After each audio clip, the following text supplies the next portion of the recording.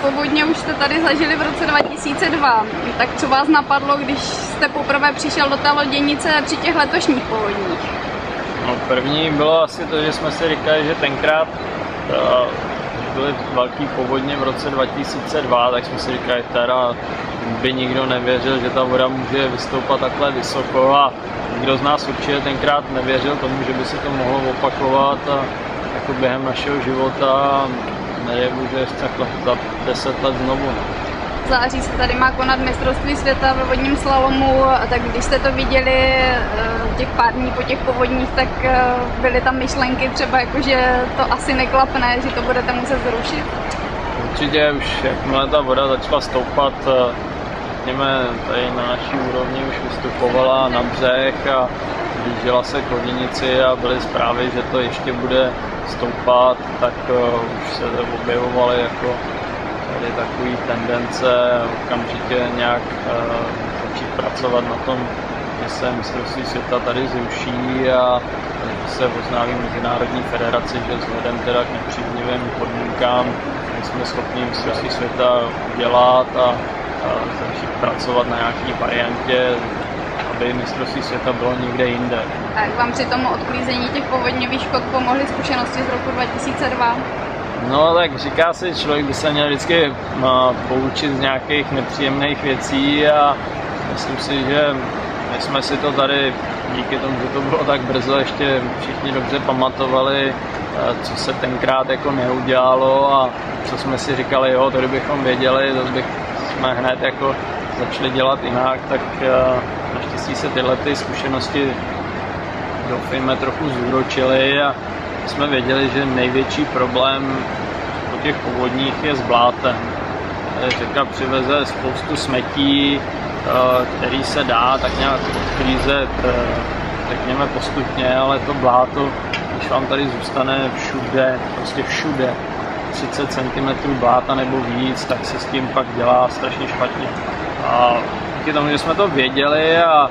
všichni si pamatovali, jak se s tím tenkrát špatně pracovalo, tak teď byli připravení přijít pomoct jako s tím blátem začít bojovat hned, jak voda začne klesat a sešli se vlastně snad všichni členové oddílu a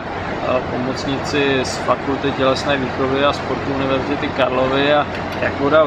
pomaličku jako klesala, ustupovala, tak smetákama ještě v té vodě jako honili to bláto, jako zrozvířili a honili to vlastně z té loděnice a z celého pozemku tady okolo loděnice pryč, aby pak mohla tráva jako okamžitě začít růst. V té loděnici, co se teď musí všechno udělat ještě? No tak v loděnici zase naplať pánbůh se podařilo zúročit ty zkušenosti a věděli jsme, že nejdřív je nutný opravdu strhat nebo rozebrat vlastně opláštění budovy zevnitř, stěny, vyndat izolaci, která je mokrá, aby se to dalo vyčistit, aby se teda to bláto dalo vypláchnout, vlastně to musí všechno vydezinfikovat, takže to se hned zase za pomoci těch členů oddílu a fakulty a různých dobrovolníků podařilo udělat opravdu rychle, aby loděnice mohla schnout zevnitř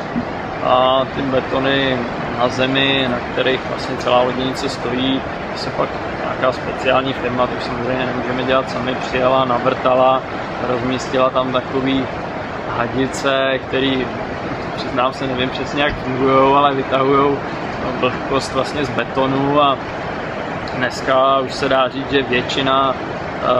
podlah v budově už je vysušená, takže se může začít s opravami a doufejme, že teď už to bude jenom lepší a už to bude růst a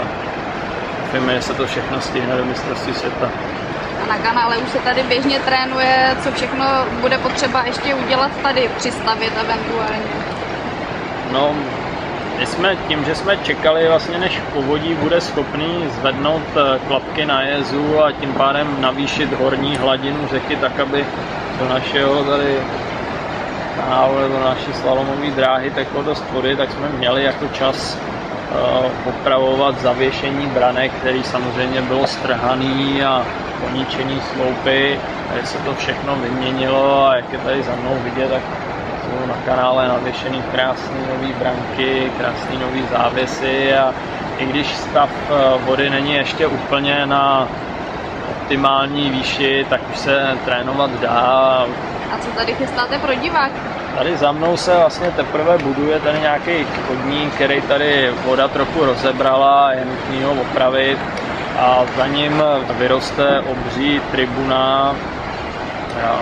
která bude dokonce podjezdová, takže povede nad silnici. Potřebujeme tu tribunu vlastně dostat co nejblíž k vodě, aby z ní byl dobrý výhled na závodníky. Snažili jsme se poučit z roku 2006, kdy jsme měli poslední mistrovství světa, kdy pozice tribuny nebyla úplně ideální, když jsme to jako věděli, ale ono technicky je to opravdu strašně složité. A jak bylo náročné přesvědčit Mezinárodní kanoistickou federaci o tom, jako, že budete schopni teda to mistrovství světa uspořádat? No, to přesvědčování úplně lehký nebylo. Naštěstí patříme mezi několik pořadatelů v Evropě, kteří dostávají závody světového poháru poměrně často, takže si myslím, že vlastně pro Mezinárodní kanoistickou federaci působíme jako docela solidní partner, na kterého se dá spolehnout, co se týče organizace závodů, a bylo to spíš jenom o tom, kdy budeme schopni říct, jestli ano, anebo jestli ne. Tam na nás vznikal jako velký tlak, aby jsme teda to definitivní stanovisko řekli co nejdříve. My jsme jako nemohli, protože jsme čekali, jak to dopadne tady s jezem a tam to chvíli bylo taková hra na schovávanou, že my jsme říkali, ještě vyčkejte a oni na nás tlačili. Jako my to potřebujeme vědět, abychom mohli jako začít pracovat na nějakým alternativním plánu pro konání mistrovství světa. Myslím, že nám věřili, že když viděli, že vlastně je možný zvednout klapku a pustit vodu do kanálu a jsme tady byli schopni už pravit vlastně branky, zavěšení a překážky v kanále tak nějak umístit na své místo, tak aby